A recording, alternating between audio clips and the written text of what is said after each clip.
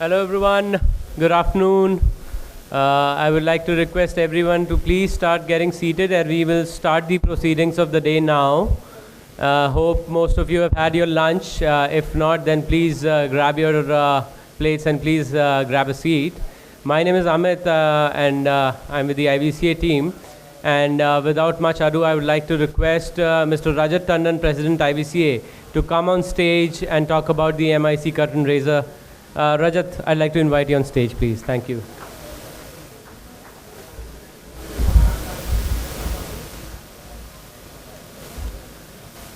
Thank you, Amit.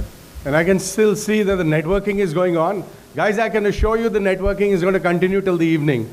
So if I can get your attention to be here, so that some of the folks who want to play cricket, it does not get delayed. Our matches should not be delayed.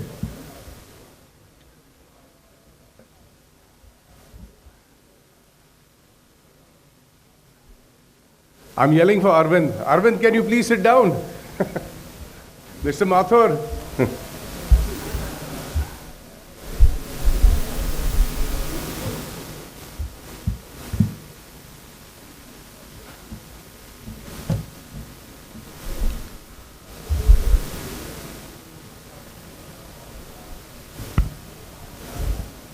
So let me start with a thank you first. Thank you for all the delegates who are here and making this event, starting this event. Right? So we also want to thank the speakers who've taken their time to be with us, as well as the sponsors. And the MCA, it's a very nice venue. I hope you liked the selection of the venue. Well, we were hoping that there was going to be a cricket match here, the Ranji Trophy, but it was yesterday, and I think one's being played tomorrow. So apologies for that. Maybe next time we have a cricket match playing in the real field outside. So what's the purpose of MIC? I think what we plan to do is make Destination India for the alternative assets. Right? So that's the destination. And we want India to be the fund manager hub moving forward. So with that, just to let you know and this was very passionate about our executive committee, who said, well, while IVCA has been doing the conclave for 12 years, and that's tomorrow and day after, introduce a new chapter, which is primarily focused around LPs and making them convinced that they should look at India for investing. And Renuka Ramanath, this is brainchild of Renuka Ramanath, our past chairperson, and we're glad we're bringing this together. So I'm sure you folks know that Maximum City, the book by Suketu Mehta. Now we took the word from Maximum over there, and that's why that's the inspiration which came to us to put this together. Now Maximum, as we understand, is actually to demonstrate our potential to do the maximum in all facets of entrepreneurship. Whether it's Maximum SaaS, Maximum FinTech, Maximum Education, Max Health. Oh, Max Health. Okay, Maximum Health. So it's all about putting our best in front of the investors. Now here our objective is to expand the pools of global investors and their investments in India. Right? We want to showcase the best of opportunities which are there in India. We want to show them that look. Some of the LPs are sitting on the fence. So we want them to make sure that they're making the right decisions for India. And I think that can be done by some of the LPs who are already investing into the country. So we look like, we're saying it's like a LP multiplier effect. If one LP is convinced, he can probably talk to two and more, and that goes on. So hopefully we're able to convince that. Keeping that in mind, the objective and goals at IVCA to make that happen, we will be launching an annual Maximum India report, which talks about the health of the ecosystem in the country and how our GPs are doing. Again, we will also do a maximum outreach, which is just last year we were in Singapore and we were able to get about 30 to 40 LPs come and listen to us. Some of the GPs were there with us. So we will do similar events, whether it's Singapore, Dubai, US. We're also going to go out in their courtyard and try and convince them to be here in India. Again, the third most important thing is maximum positioning. So our positioning of our talent, positioning of our companies, positioning of our returns. We are giving returns. If you are looking at the performance benchmarking which the AIFs are delivering. So returns are good too. As well as we'll not forget about governance, which is also an important element. Now, so today's agenda is full of knowledge, and I think you'll see that through the sessions, plus business. So hopefully, you're all networking together and discuss out business and opportunities, as well as some fun, which we have a cricket match later in the afternoon, where 4 teams will perform, and let's see what's the outcome for that. Today we have 2 keynotes. Just after Mr. Sunil Munjal, he has sent a keynote over video, which we'll just play right now, as well as Mr. Jensina. So we're trying to cover aspects of, impact, climate, LPGP communications, what's in a due diligence. So some of those topics will be discussed today, including there's a session on tech investments, which make India a very powerful country to look at. So with that, I'm going to request the video for Mr. Munjal to be played. Let's all focus on building for the world from India. That should be our goal. Thank you very much, and welcome again. Let me compliment IVCA on the 12th year of this conclave, which brings together the entire ecosystem around risk capital, the innovators, and those who put this to real use. I think this is a wonderful idea to bring everyone on one common platform to not just discuss issues of concern today, but also looking at the future, in some ways also trying to define the future for ourselves and for India as it seeks a place on the top table. It is absolutely critical for us to both realize and appreciate that a big role is going to be played by this part of the economy in India's big growth in the coming days. We do know that large, steady-state companies not only do not add a lot of jobs, their role is to bring in more automation, more robotics, more efficiency, and thereby often even lowering the number of jobs they have. So for a nation like ours, which is not just going to be the youngest nation in the world, but also the oldest nation in the world in the coming years, it is critical to realize that sustainable economic opportunities is going to be one of our biggest challenges.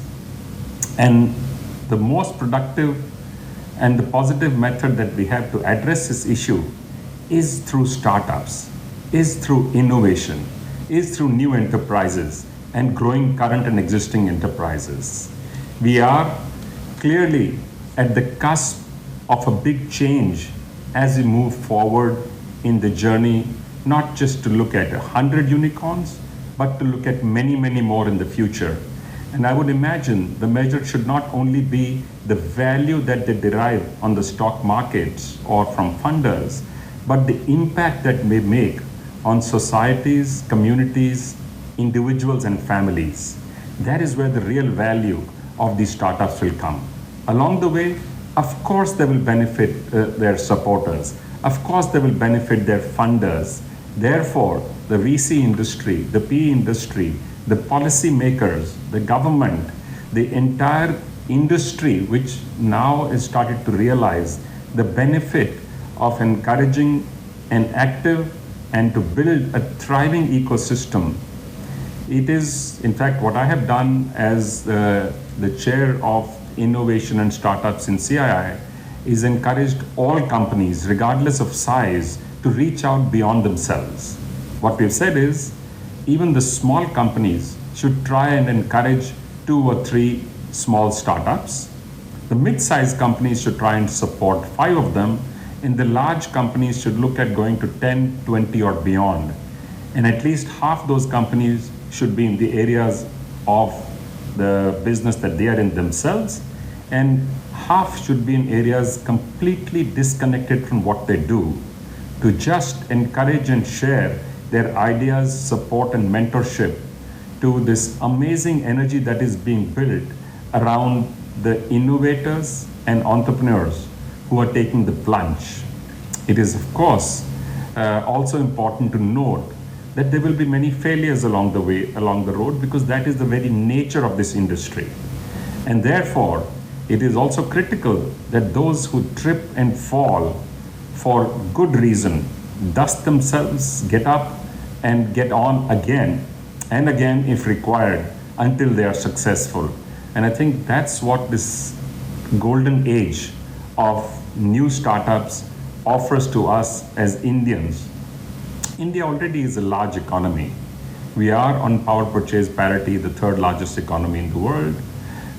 We are the third largest ecosystem for startups in the world. We're now an economy which has crossed some of the big, well-developed growth economies, and we are slated to continue to grow in the coming decades. We are, in fact, amongst the few countries which has a growth path that is visible to us for at least 25 to 30 years coming on. And the Prime Minister had made a wonderfully ambitious growth plan when he announced the Amrit Kal, the next 25 years of India's growth after its 75 years of independence, for India to be a fully developed nation when it gets to 100 years. And I think all of you have a critical role to play in this. If I look at the different sectors, manufacturing is one area which is going to play a critical role as it grows to take on its share of the burden of growth from services as well. Because we have right now been led mostly by services while manufacturing had lagged. But in this new era, we are seeing a tremendous opportunity for manufacturing to grow and create jobs and create a multiplier of manufacturing related service jobs as well. I also believe there is a need for us to focus on the rural economy of India. While today, a large section of the population depends on agriculture as their primary source of income, but it is critical, important, in fact imperative, that we build a parallel economy in the rural areas based on the artisanal skills that already exist. Do remember that India was a leading nation with a GDP which was about 1/4 of the entire globe, literally coming from one country. A lot of that, and by the way, also a similar size of our share in world trade. And a lot of that came from our crafts, artisanal goods, our textiles, our ivory, our wood carving. It was just an enormous and a phenomenal acceptance of India as a leader in the world in trade and traded commodities. I do believe there is an opportunity here which is currently being missed of reviving the Indian artisanal skills, but in a much more contemporary fashion with the artisans, craftswomen and craftsmen making goods that are required and demanded by the consumers of today, and connecting them with markets will be one of the jobs that people such as yourselves can actually play. And I do believe this has the potential of creating 3 to 5 times the job of any one industry vertical that we can actually grow in the country. So it's not one against the other. I believe the wonderful opportunity is for us to do this and that. And that's what makes this a unique time in India's history, where India is looking at getting back to its leadership position in many, many areas. We do know that the services have played a wonderful role in India's growth in the last 30 years, and they will continue to be an important part of the growth engine of the country. But that alone is not enough, and which is why I mentioned what I did, that our manufacturing and our artisanal skills also need to come into play. It is, of course, important for us to recognize that as technology becomes all-pervasive, many of the roles will change, many of the jobs will change, many of the industry verticals themselves will change. Whether we look at logistics, or we look at mobility, or we look at healthcare, or we look at financial services, each of them will benefit greatly from the use of technology in creating a transformative industrial sector, and which is where you, the innovators, you, the supporters of these innovators, will have a role to play. I also believe our financial services will need to and will be the big support for this transformation as it moves forward. We have had in recent times a pullback on funding from many of the startups which had growth plans which had only a top line focus and not a bottom line focus. That has come into question. But I also see, interestingly, that the very small startups have still not suffered from want of support and funding. I think the mentorship, support, and the funding being made available is an essential component for all of us to lean on to build this amazingly new engine of growth for India as India moves forward to take its key position. And each of you, I believe, will play an important role, not only in contributing to, but also benefiting from this transformation that is taking place in taking India to the top table in innovation, in new ideas, new products, new services, or an improvement of the current ones. The amazing spread that has taken place of digital technologies in India already, 1 billion plus digital phones, smartphones, 1 billion plus digital identities, 1 billion plus bank accounts, is a wonderfully powerful engine to drive this transformation for India as we improve the quality of life for all Indians and build something which will benefit not just the new generations coming in, but also take care of the elderly, because we are going to be one of the oldest countries in the world, while ensuring that the softer aspects are not given the go-by. Our cultural and our skills of crafts and our arts, therefore, need to be center stage, and India moves forward with science and technology. It is important that our leaders, and we will appeal to them to focus on both the left and the right brain for all our intellectuals, leaders across industry sectors, as also policymakers, to build a thriving and an empathetic society, community, and a nation that we will all be proud of. Good luck and all the very best.